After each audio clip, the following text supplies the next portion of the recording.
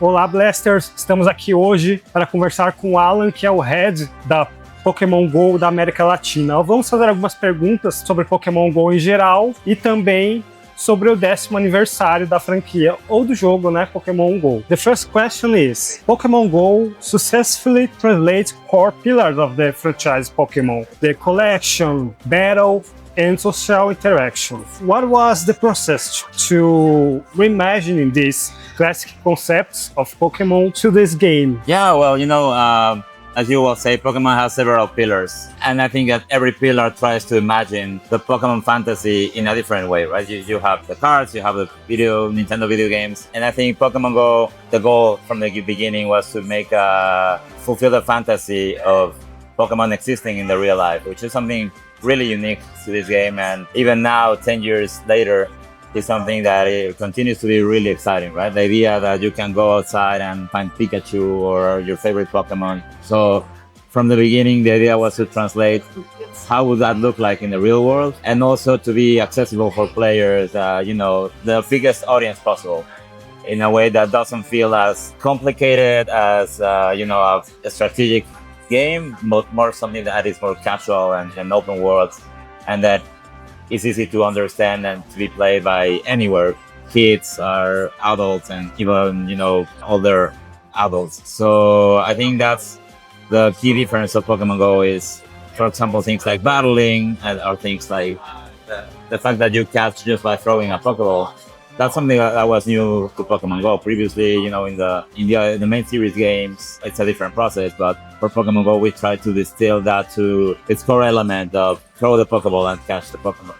Yeah. And I think in the design of Pokemon Go, there's a lot of elements that we try to preserve that way, right?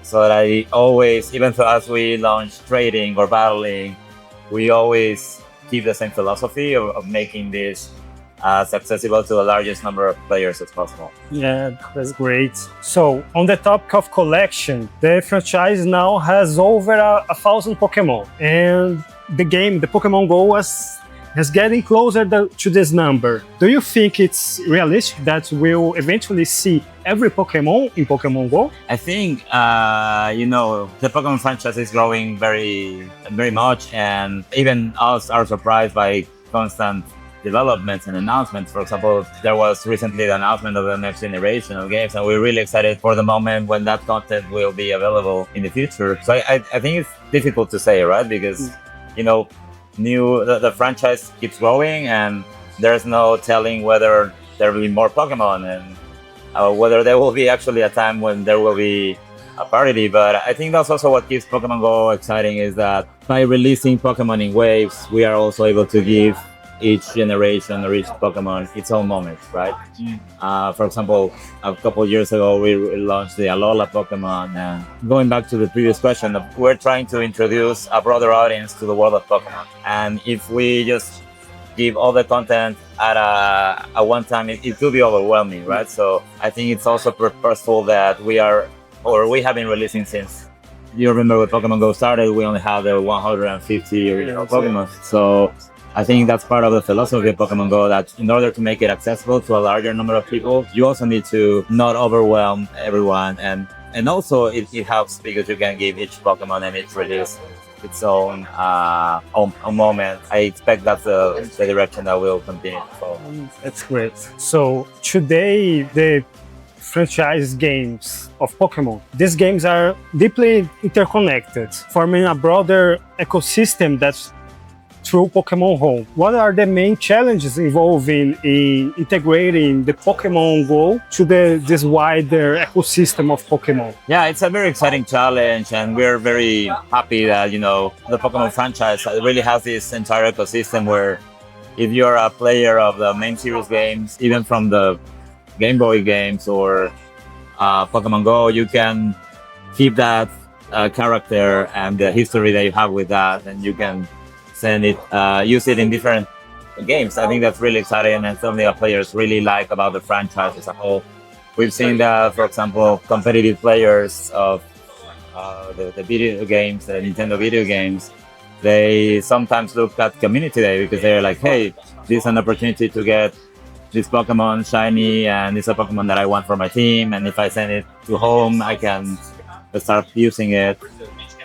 Or hey, I need this Pokemon in my team, and I already have one in Pokemon Go. So I think there's this really great synergy between the games, and it's something that we're really excited to be a part of, because it comes to Pokemon is very personal, right? You as we are this campaign right now, what's your favorite? Everyone has a favorite, and there's even connections, especially with Pokemon Go, right? I have this memory, for example, of when Pokemon Go first launched and a Venusaur appeared, and I was in a family meal.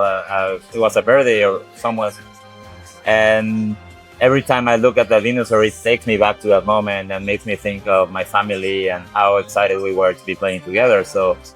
And the fact that maybe at some point I can play with that in a different game and bring those personal memories, I think it's really powerful, right? I don't think a lot of games are able to create that type of personal connection, and we were so happy that Pokemon Go is able to create these memories for people.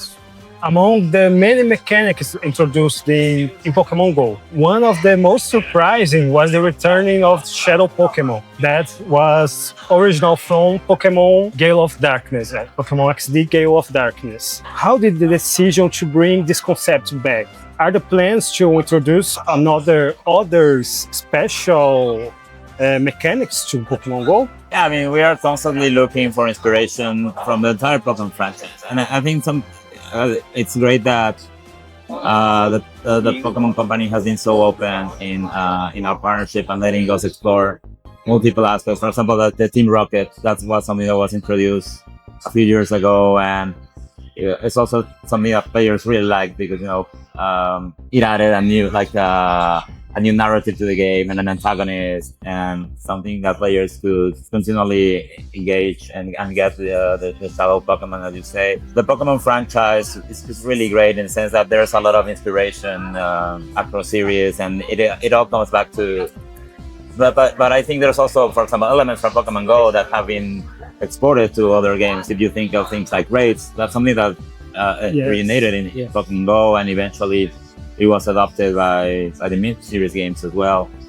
And there's have been also opportunities. For example, when we released Meltan, that was a Pokemon that was exclusive to Pokemon Go, and you could then set to mid-series games. There's a more recent example of Gimme Gold and Gimme Gold. And we're continually looking for ways that we can work with our partners and make this experience more fun for everyone. Because in the end, I think, fans of Pokemon like almost everything Pokemon, right?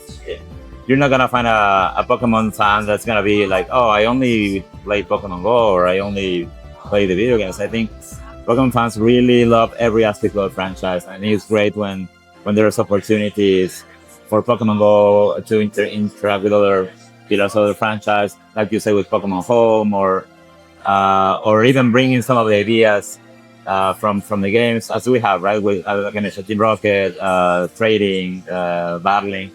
And the great thing is that the Pokemon franchise keeps growing, so there's no telling what else could happen. For example, right now we recently launched Gigantamax and Dynamax, which is also something from the main series games. And as the franchise keeps growing, there's no telling what else will eventually happen. There's maybe things that we don't even know yet, but that potentially in the future will be a very important part of the game. What led to the decision to implement this regional exclusivity system? Yeah, this goes back to Pokemon Go original promise. We call this a creative promise of Pokemon Go, and that promise is that location matters. You need to go to a specific place to engage with something or activate something, and I think the regional Pokemon are a very good example of that, because if we release these Pokemon like for everywhere, they would lose that kind of magic, right? But if there's some Pokemon that, hey, you can only catch this Pokemon in the wild in Australia or in the US or in Mexico, we have Hawlucha, for example. I think that adds a really exciting gameplay layer that couldn't exist otherwise, right? Some players may feel like, well, but it's very hard for me to go to Mexico. But hey, maybe you know someone, or someone travel to Mexico and they can trade, and maybe you at some point will also be able to go to different places. So it's not impossible.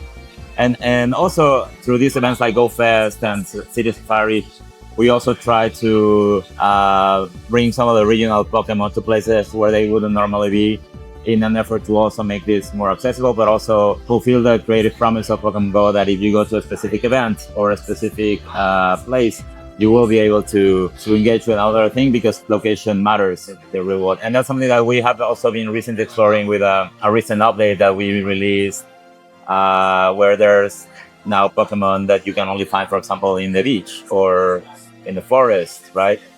And it goes back to our creative promise that if we want to fulfill the fantasy of Pokemon existing in the real world, we need to do things like regional Pokemon or a biome-based Pokemon, so the adventure feels real, right? If you're in the beach, you will see a walk trio or a specific Pokemon.